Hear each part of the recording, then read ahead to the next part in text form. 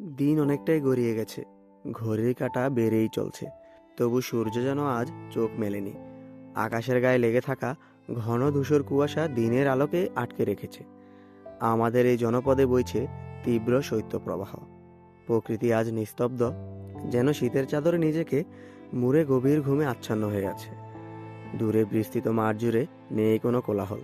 যে মাঠ প্রতিদিন ভোরের আলো ফোটার সঙ্গে সঙ্গে কৃষকের পদচারণায় মুখর হয়ে উঠে, আজ সেখানে নিস্তব্ধতা রাজত্ব করছে।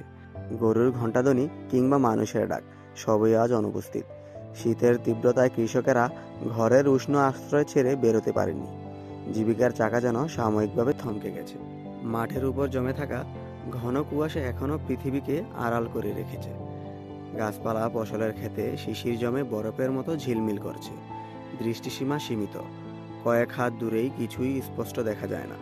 এই কুয়াশা শুধু প্রকৃতিকে ঢেকে রাখেনি, ঢেকে রেখেছে মানুষের দৈনন্দিন জীবনযাত্রাও। উত্তরের হিমেল বাতাস অবিরাম বয়ে চলছে। সেই বাতাস শরীর ছুঁয়ে হাড়ে কাঁপুনি ধরিয়ে দিচ্ছে। কনকনে ঠান্ডায় পথঘাট প্রায় জনশূন্য।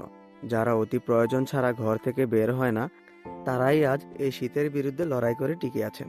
শিশু, বৃদ্ধ ও অসুস্থদের জন্য এই শীত যেন আরও বেশি বিপজ্জনক হয়ে উঠছে। এই শৈত্যপ্রবাহ শুধু একটি আবহাওয়াগত ঘটনা নয়, এটি গ্রামীণ জীবনের উপর সরাসরি প্রভাব ফেলছে। কৃষিকাজ ব্যাহত হচ্ছে, দিনমজুরের কাজ বন্ধ থাকছে, আর স্বাভাবিক জীবন ছন্দ হারাচ্ছে তার গতি। প্রকৃতির এই নীরবতা আমাদের মনে করিয়ে দেয়, মানুষ যতই উন্নত হোক না কেন, প্রকৃতির শক্তির কাছে সে এখনও অনেক অসহায়। কুয়াশায় মোড়া এই শীতের সকাল তাই শুধু একটি দিনের চিত্র নয়, এটি একটি সময়ের দলিল, যেখানে প্রকৃতি, মানুষ ও জীবনের সংগ্রাম একসঙ্গে নীরবে দাঁড়িয়ে থাকে।